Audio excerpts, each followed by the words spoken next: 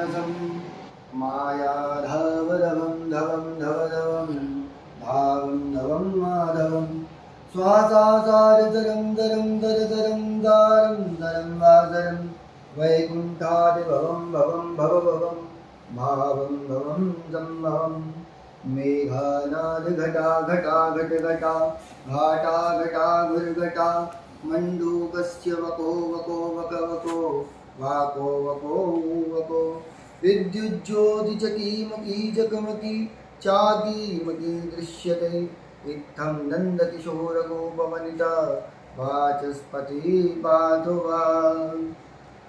जय श्री कृष्ण। मित्रों, अभी हम बात करते हैं महावास्तु। वास्तु, महावास्तु क्या स्पेशल है और क्या स्पेशल नहीं है, इसमें ऐसा क्यों कराना चाहिए हमें। वास्तु की आवश्यकता हमें क्यों है, तो मैं आपको एक बात बताना चाहूँगा कि इस जगत में ये सारा जगत पंच तत्वों के अधीन है, जो हमें खुली आँखों से दिखता है। जो भी हम अपने 5 सेंसेस से महसूस करते हैं, वो पूरा जगत पंच तत्वों से मिलकर के बना है। और ये पंच तत्व जब बैलेंस होते हैं तो सब कुछ, हमारा जीवन भी बैलेंस होता है। और यदि इन 5 तत्वों में से कोई भी अनबैलेंस हो जाता है तो उस तत्व से रिलेटेड, उस तत्व से संबंधित हमारे जीवन में समस्याएं आने लगती हैं। अब क्या क्या समस्याएं आ सकती हैं, कैसे कैसे समस्याएं आ सकती हैं, उसी के लिए वास्तु का प्रयोग किया जाता है। वास्तु के अंदर 5 तत्वों को बैलेंस करने के लिए पहले किसी भी स्थान का मैप बनाकर उसमें 16 दिशाएं निकाली जाती हैं। पहले वास्तु में क्या था और महावास्तु में क्या हुआ। वास्तु में 8 डायरेक्शन, 8 दिशाएं होती हैं और महावास्तु के अंदर 16 दिशाएं होती हैं। उन 8 दिशाओं को ही विभाजित करके, पहले जो दिशाएं मिलती थी हमें 45 डिग्री की होती थी, और अभी हमारे पास 22.5 डिग्री की एक दिशा होती है, एक डायरेक्शन होता है। क्योंकि चारों दिशाएं 90-90 डिग्री की, उनका आधा आधा कर देते थे। ईशान, वायव्य, नैऋत्य और आग्नेय मिल जाता था। और ईशान और पूरब के मध्य में नॉर्थ ईस्ट हेल्थ का जोन बना दिया गया। इसी प्रकार से 16 डायरेक्शंस को में बांट करके, 16 जोन में बांट करके ये 5 एलिमेंट्स को बैलेंस करने का प्रयास किया जाता है। अग्नि की अलग दिशाएं हैं, पृथ्वी की अलग दिशाएं हैं, वायु की अलग दिशाएं हैं, जल की अलग दिशाएं हैं। और आपके पृथ्वी तत्व की अलग दिशाएं हैं। जल तत्व अगर अनबैलेंस होगा तो क्या होगा। जल तत्व अगर यदि अनबैलेंस होता है तो स्वास्थ्य से संबंधित दिक्कतें आती हैं, व्यक्ति इमोशनल अधिक हो जाता है और व्यक्ति की लाइफ में, व्यक्ति के जीवन में अवसर कम हो जाते हैं। यदि पृथ्वी तत्व कमजोर हो तो क्या होगा।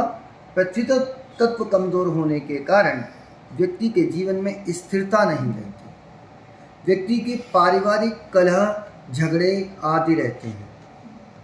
और यदि आपका वायु तत्व डिस्टर्ब हो जाए तो वायु का काम क्या है, कनेक्ट करना। वैज्ञानिक कहते हैं कि हमारी आवाज़ किसी दूसरे तक पहुंचती है, उसका कारण कौन है, वायु। तो वायु कारण है कनेक्टिविटी का। यदि वायु आपकी डिस्टर्ब हो जाती है तो आपकी लाइफ में से कनेक्टिविटी, सोशल लाइफ आपकी डिस्टर्ब हो जाती है, आप विचारों में अधिक घिर जाते हैं।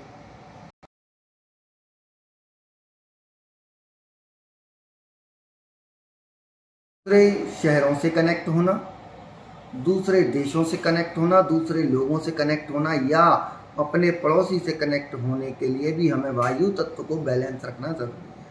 जिस व्यक्ति का अपने पड़ोसियों से झगड़ा रहता हो उसको अपने एयर एलिमेंट यानी कि वायु की दिशाओं को चेक करने की आवश्यकता हो जाती है। और यदि किसी व्यक्ति के जीवन में मेहनत बहुत कर रहा है, काम भी बहुत है, मगर प्रॉफिट और गेन्स नहीं दिखते, एजुकेशन में दिक्कत रहती है, सेविंग नहीं हो पाती, तो हमें देखना चाहिए आकाश तत्व। क्योंकि शास्त्र कहता है कि सारे कर्म हमारे संचित होते हैं आकाश में। वेद विज्ञान कहता है, वेदांग भी कहते हैं कि सारे कर्म आकाश में संचित होते हैं। तो संचित करने की जो दिशा है या संचित करने का जो तत्व है वो आकाश तत्व है। फिर अग्नि तत्व क्या है? अग्नि तत्व है आपकी सिक्योरिटी, आपका बल, आपकी शक्ति, आपका कॉन्फिडेंस। यदि अग्नि तत्व आपका अनबैलेंस हो जाता है तो नगद धन नहीं रहता।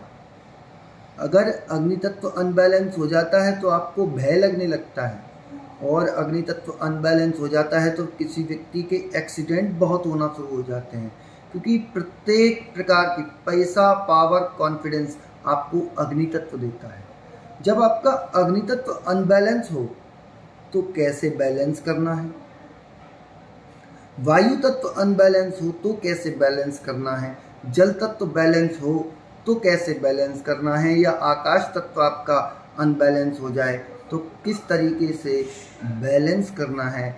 इस बैलेंसिंग को ही महावास्तु के नाम से जाना जाता है या वास्तु के नाम से जाना जाता है। वास्तु शब्द वास से बना है, लेकिन अभी मैं देख रहा हूँ कि ये विजिटिंग कार्ड का भी वास्तु लोग कर रहे हैं।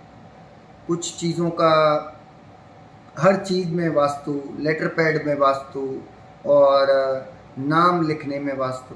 वास्तविकता ये है कि 5 तत्व आपके बॉडी के अंदर हैं, 5 तत्व उस स्थान के अंदर है जिस स्पेस में आप रहते हैं। यदि आपने अपने भीतर के और जिस स्पेस में, यानी अपने घर के भीतर और बाहर के 5 तत्वों को बैलेंस कर लिया तो यही 5 तत्व आपके जीवन में क्रांतिकारी लाभ दे सकते हैं।